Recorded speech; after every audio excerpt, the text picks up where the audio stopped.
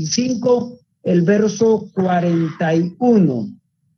El tema de hoy, o la reflexión de hoy, lo he titulado ¿existe realmente el infierno?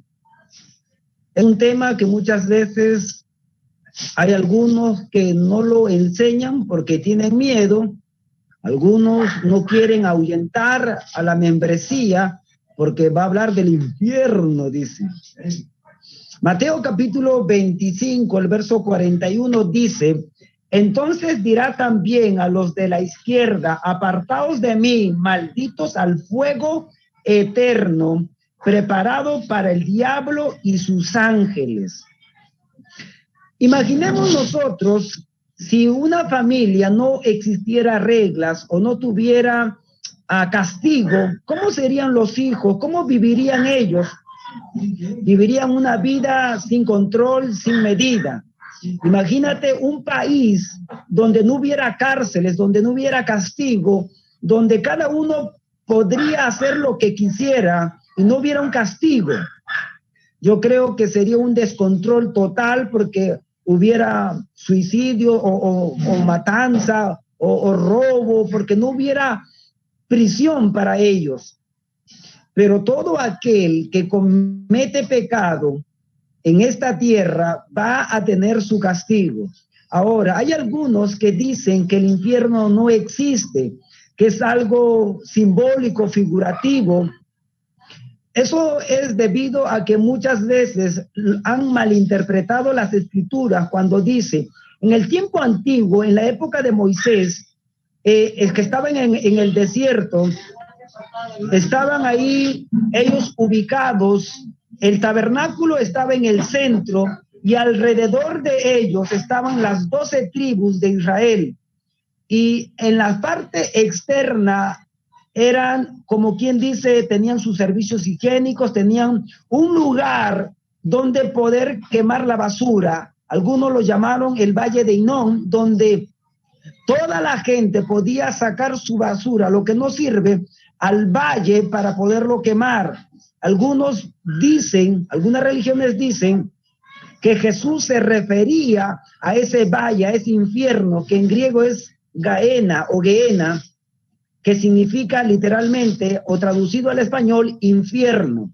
Ahora, vamos a poder ver a través de las escrituras si es que realmente existe el infierno o es un cuento de hadas o es un cuento de alguien para atemorizar a la gente. La escritura en Mateo capítulo 25, el verso 41 nos va a decir que el infierno ha sido creado para el diablo y para sus ángeles, aquellos que se rebelaron contra Dios y no quisieron sujetarse a Dios, por eso se rebelaron y Dios los destinó a un lago de fuego, a una eternidad que puedan ahí sufrir y tener su castigo eterno. Y todo aquel que se rebela contra Dios y quiera vivir una vida de pecado, también tendrá el mismo destino que el diablo y sus demonios y los ángeles caídos. Ahora, el infierno, algunos piensan que es algo bonito, ya me iré al infierno. Pues hay veces cuando yo salgo a predicar a alguien en la calle y le digo, sabes que hay un infierno que escapar y hay un Dios de amor que quiere que tú vayas al cielo. Ya me voy al infierno, voy a seguir pecando, voy a seguir haciendo lo que yo quiero y me voy al infierno, pues pensando de que el infierno es algo temporal, momentáneo. Y algunos dicen que esta vida es el infierno. Una vez alguien me dijo, pero este es el infierno. Y yo les dije, oye, qué bonito es el infierno, porque uno puede irse a la playa, uno puede hacer muchas cosas, pero el infierno no es como uno se imagina. Pero a la luz de la escritura vamos a poder ver si es que el infierno verdaderamente existe o no. Vamos a Mateo capítulo 10, en el verso 28. Mateo capítulo 10, en el verso 28, dice, no temáis a los que matan el cuerpo, mas el alma no pueden matar. Temed más bien a aquel que puede destruir el alma y el cuerpo en el infierno. Hay un Dios que es un Dios de amor, mientras que nosotros tenemos vida en esta tierra. Algunos me dicen, pero ¿cómo?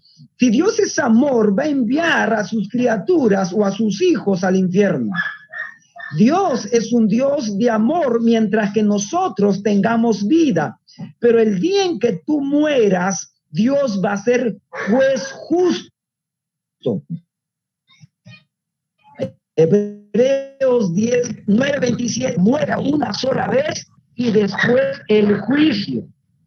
Después que una persona muere, Dios va a poderlo juzgar. Y el infierno es un lugar de castigo para aquellas personas que se han rebelado contra Dios y han querido hacer lo que ellos quieren. Dice la Escritura en Mateo 3:12, refiriéndose al infierno, 3:12 te va a decir, pero siendo 3:12, su aventador está en su mano y limpiará su era y recogerá su trigo en el granero y quemará la paja en fuego que nunca se apagará. El fuego del infierno no es algo momentáneo, no es algo de algunos años, es eterno. Ese fuego del infierno no se va a apagar nunca. Vamos a ver algunas características de la palabra de Dios que nos da en referencia al infierno. Lucas capítulo 16, el verso 24, nos habla sobre la parábola del rico y Lázaro. Lucas capítulo 16, el verso 24, nos dice, entonces él, dando voces, dijo, Padre Abraham, ten misericordia de mí, envía a Lázaro para que moje la punta de su dedo en agua y refresque mi lengua, porque estoy atormentado en esta llama. El infierno es un lugar de tormento, no es un lugar de vacaciones, no es un lugar donde uno va a disfrutar un tiempo. El infierno es un lugar de tormento eterno. Vamos a Mateo capítulo 8, el verso 12. Refiriéndose al infierno, nos va a decir que es una oscuridad y tinieblas. Mateo capítulo 8, en el verso 12 nos dice, mas a los hijos del reino serán echados a las tinieblas de afuera, y allí será lloro y crujir de dientes. ¿Te imaginas a aquella gente que está en el infierno? ¿Cuánto sufren, cuánto lloran, cuánto están ahí en tinieblas, sufriendo tormentos, sufriendo de día y de noche? Pero el infierno no es un lugar, el final de las almas pecadoras. Dice la Escritura que el infierno es un lugar de espera, mientras que se completan todas aquellas personas que están destinadas ahí o no quieren recibir a Jesús. Desde Adán hasta el último día, después del milenio, va a haber una batalla de Gog y Magog. Hasta ese día, Dios va a poder juzgar a los pecadores en el trono blanco, y los que están en el infierno, en el Hades, van a resucitar cuerpo, alma y espíritu, y Dios los va a juzgar a cada uno de ellos, y luego, de acuerdo a sus obras, de acuerdo a lo que ellos hayan hecho, van a ser lanzados a ese lago de fuego. Mira que dice el libro de Apocalipsis, capítulo 21, en el verso 8. Pero los cobardes e incrédulos, los abominables homicidas, los fornicarios, hechiceros, los idólatras y todos los mentirosos tendrán su parte en el lago que arde con fuego y azufre, que es la muerte segunda. Hay un lago de fuego en una eternidad. El infierno es un lugar de espera, de tormento, pero el lugar del destino final es ese lago de fuego donde nadie podrá sacarlo. Ni las oraciones de la misa, ni la oración, el bautismo por los muertos, ninguna religión, nadie podrá sacarte del infierno si tú te encuentras o vas para allá.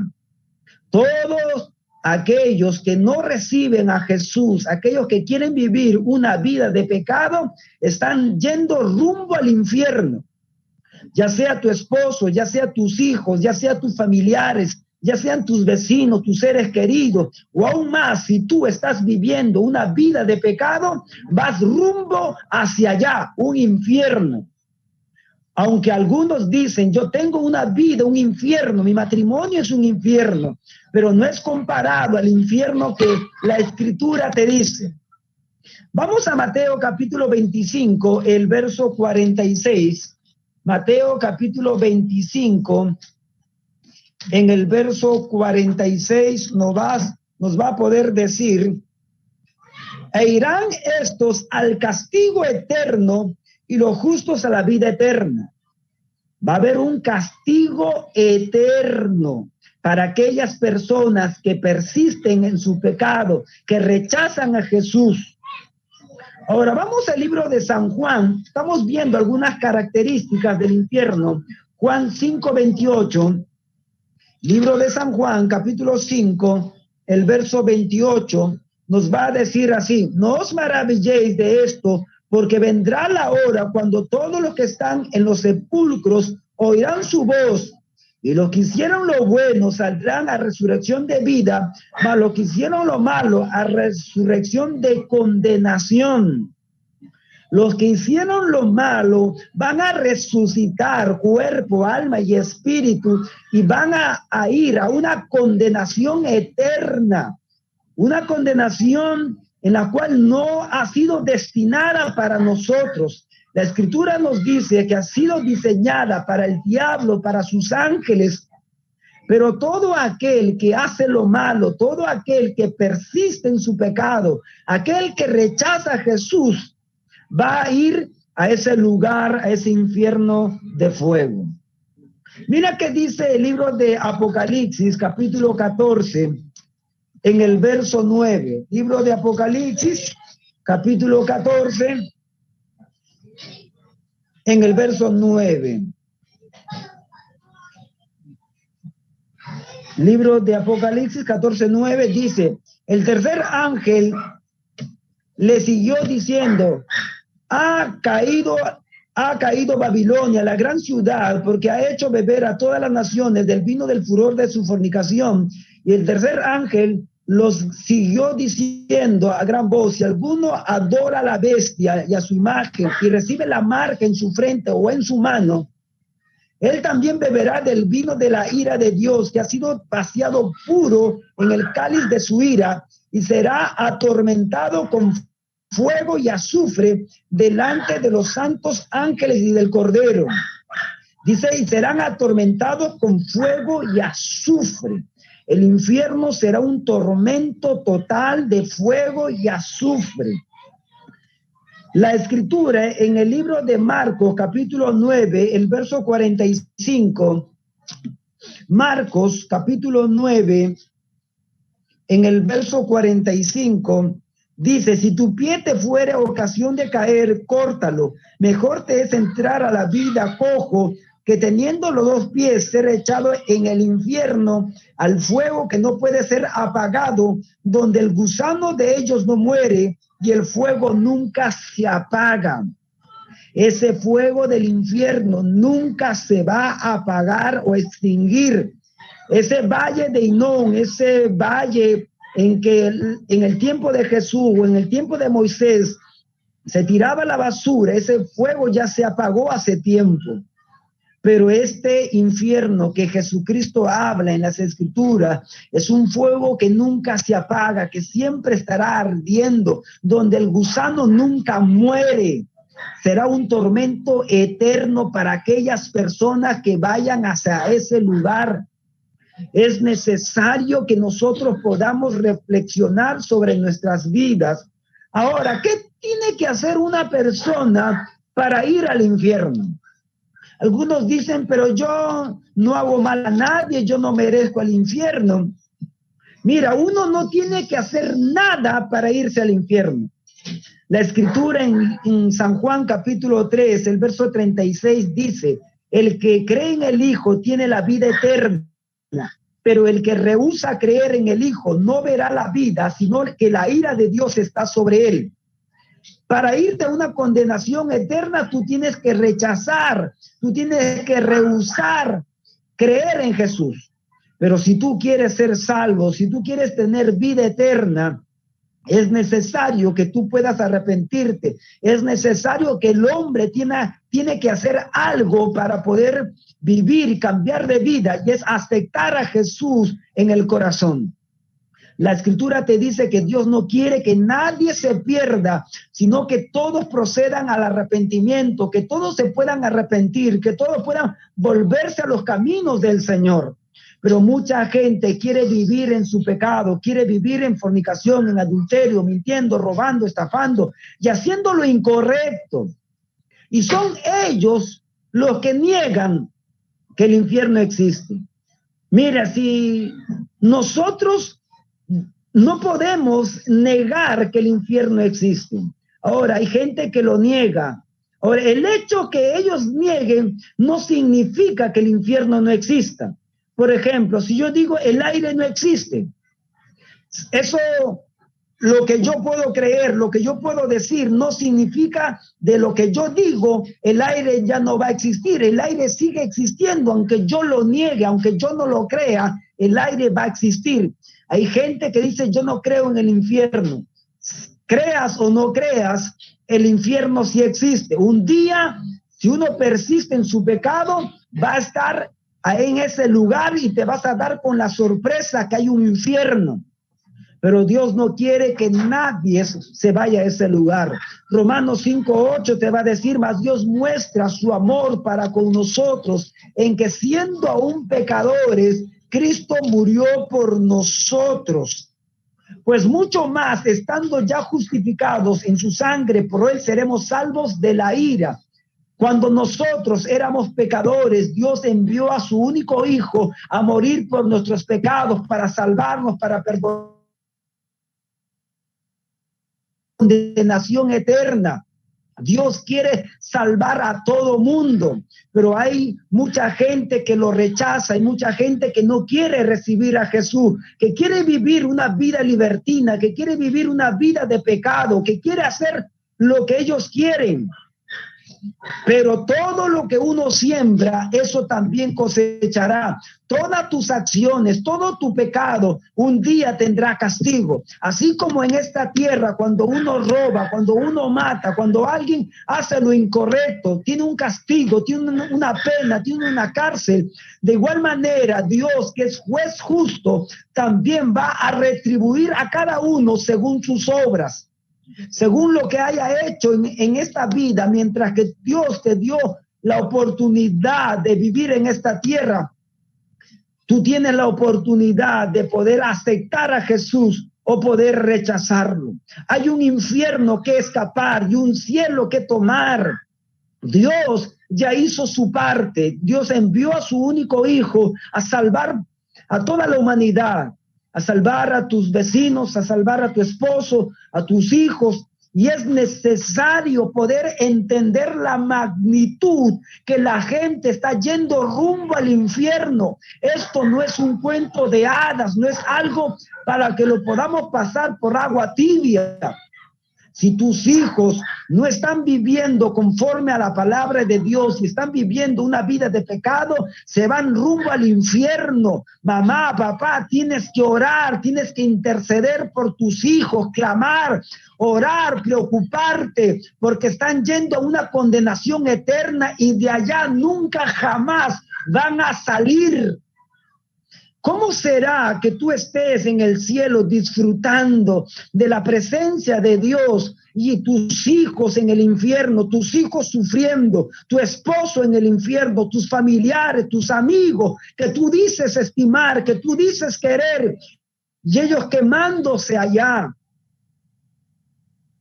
Yo me voy al infierno, yo no voy a sentir nada. En la parábola del rico y el Lázaro dice que el rico le dijo a Abraham, ¿sabes qué, padre Abraham? Di a Lázaro que moje su dedo en agua y que refresque mi lengua. Él estaba consciente, él conocía a Lázaro, él sabía quién era Abraham, él era atormentado. El infierno uno se va en el alma y en el espíritu, pero cuando Dios lo juzgue y ellos resuciten para que Dios lo juzgue, ellos van a ir cuerpo, alma y espíritu, así como tú me ves a mí, al infierno, ese lago de fuego por toda la eternidad, quemándose ahí.